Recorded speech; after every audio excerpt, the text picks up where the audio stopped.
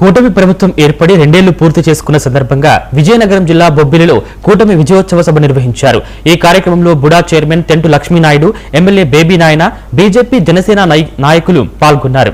ఈ సందర్భంగా కూటమి 2 ఏళ్ల పాలన అభివృద్ధి, సంక్షేమం గురించి నాయకులు వివరించారు। దశల వారీగా ఎన్నికల్లో ఇచ్చిన హామీలను అమలు చేస్తున్నామని లక్ష్మీనాయుడు పేర్కొన్నారు।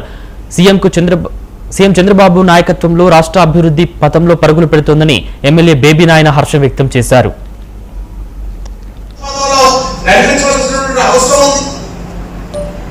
చంద్రబాబు నాయుడు గారు ముఖ్యమంత్రిగా ఉన్నప్పుడు బొల్లా శ్రీచవరమండి, లోచల్లా మన శివడిపల్లి రామపల్లి ఎత్తిపోతల పథకాలమేమండి, బాగా శ్రీచవరమండి 5 సంవత్సరాలు గడువుపెచ్చ ఆ బాగా శ్రీచు వాళ్ళు సకాలంలో పూర్తి చేయకపోవడం వల్ల ఒక బైపాస్ రోడ్డు ఖర్చు పెట్టి వేసి డబ్బు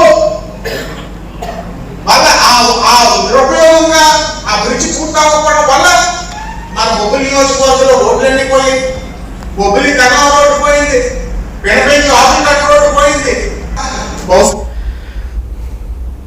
విజయనగరం జిల్లా జి